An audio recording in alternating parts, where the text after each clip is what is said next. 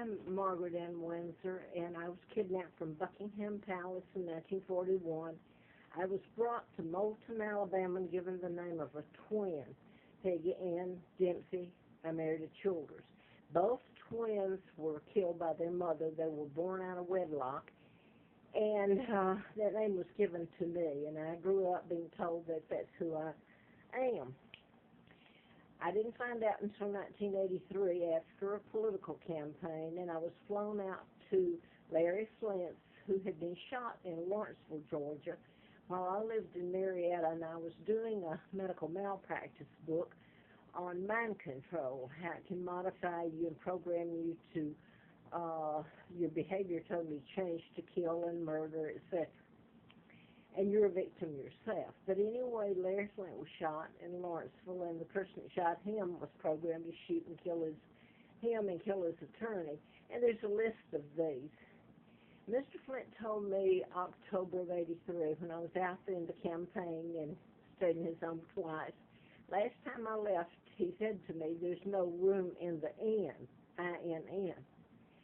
So I'm going to fast forward till now. I came to Roanoke, had jobs shut down, everything.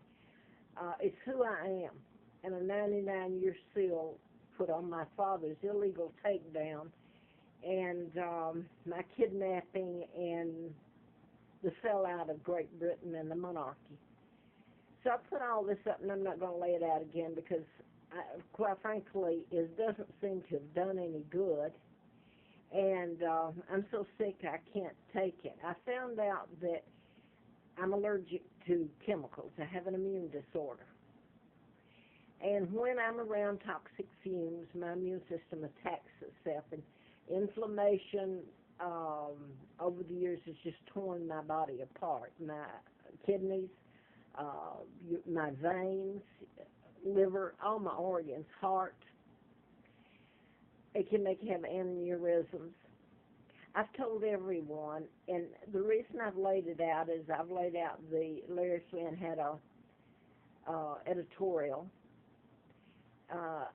April of '84, telling that I know who killed him, and a very nice article. Now, I haven't seen him since.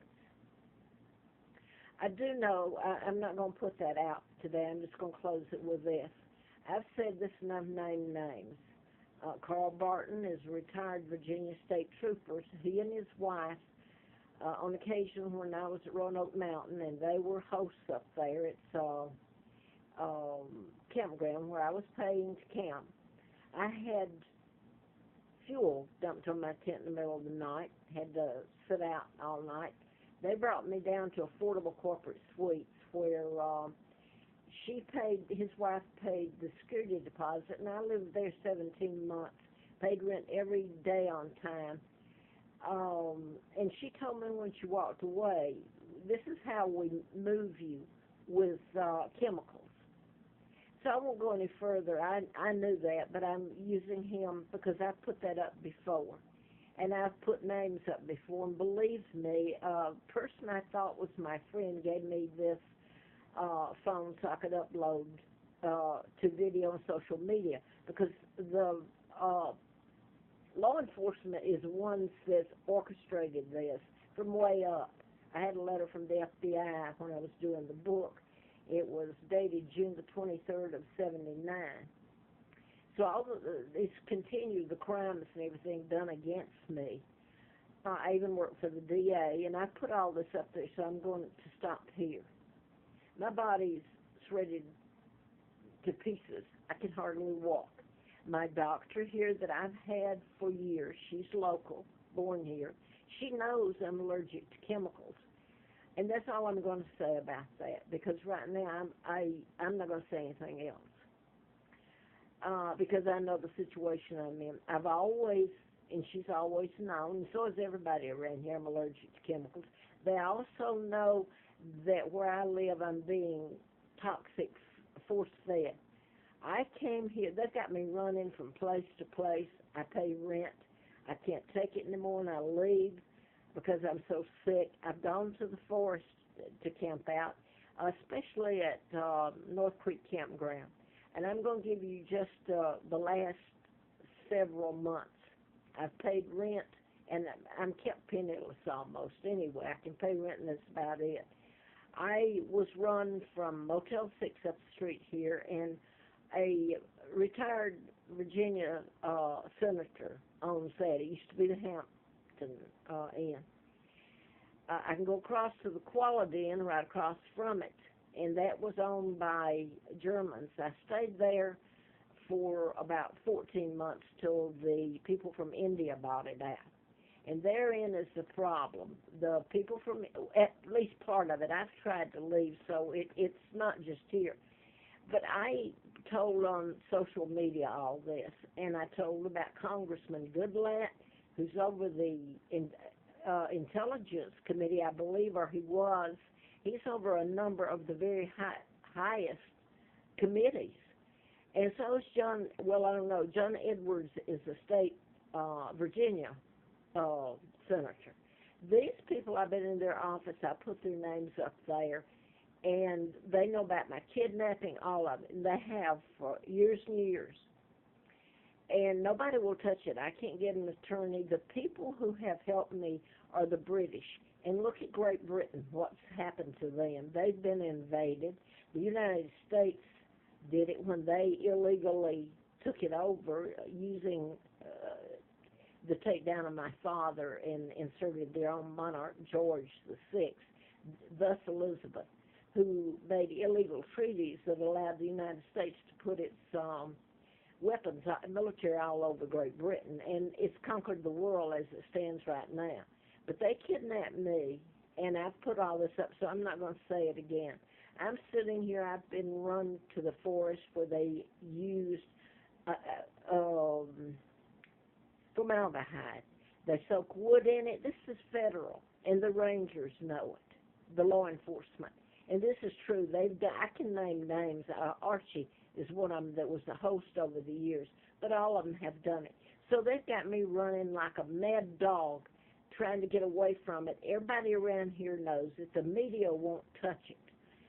And I'm sitting here, run back here to the Holiday Inn, and I lose rent because they get to the owners, and the law enforcement does to get them to go along, and the owners are either more than ready to go along, or their kids are they're compromised because they think something's going to happen to their kids.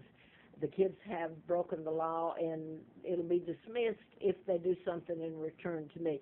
So this is how they've run me and broken the law against me to where I can't walk anymore. I'm back here, and I'm going to go, before this tape goes off, back in about 95 or 94, I finally had done a live-in. I couldn't get jobs anymore. I did a live-in and had money, went to a place called the Budget Inn. It was owned by the people from India, and I paid for a month, and this has been how it's gone. And I'm afraid to pay for more than a week because I might not be able to stay more than a couple of nights. I'm made so sick. I called the police when I only got to stay 3 days, and I paid for a month in November. And he was from India, Patel, and he came and he said, we're going to start painting and remodeling. And I said, no, I told you I'm allergic to chemicals, because I try to tell everybody.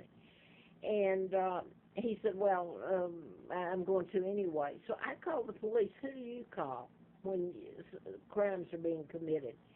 It's assault and battery and orchestrated, so that's conspiracy. And the police came, and he pretended to handcuff me, although I'm sure he would have. He put my hands behind me, and he said, well, we'll lock you up. He said, you're the one that has to leave. I said, well, can I at least get my money back? And no. And when the policeman left, Patel, the manager, said, we're Americans now. We have to do what they tell us to do. And I'm going to tell you what I put up the first of this year. One of the Patels, it's Shaw and Patels that own everything around here. And just off the interstate in Belleville, they've become quite wealthy. They own this one here, or the people from India do, and they're all related. But they've become wealthy. They had their picture taken with Goodlatte, with Edwards, and they had them on high up to former governors here. And they were talking about their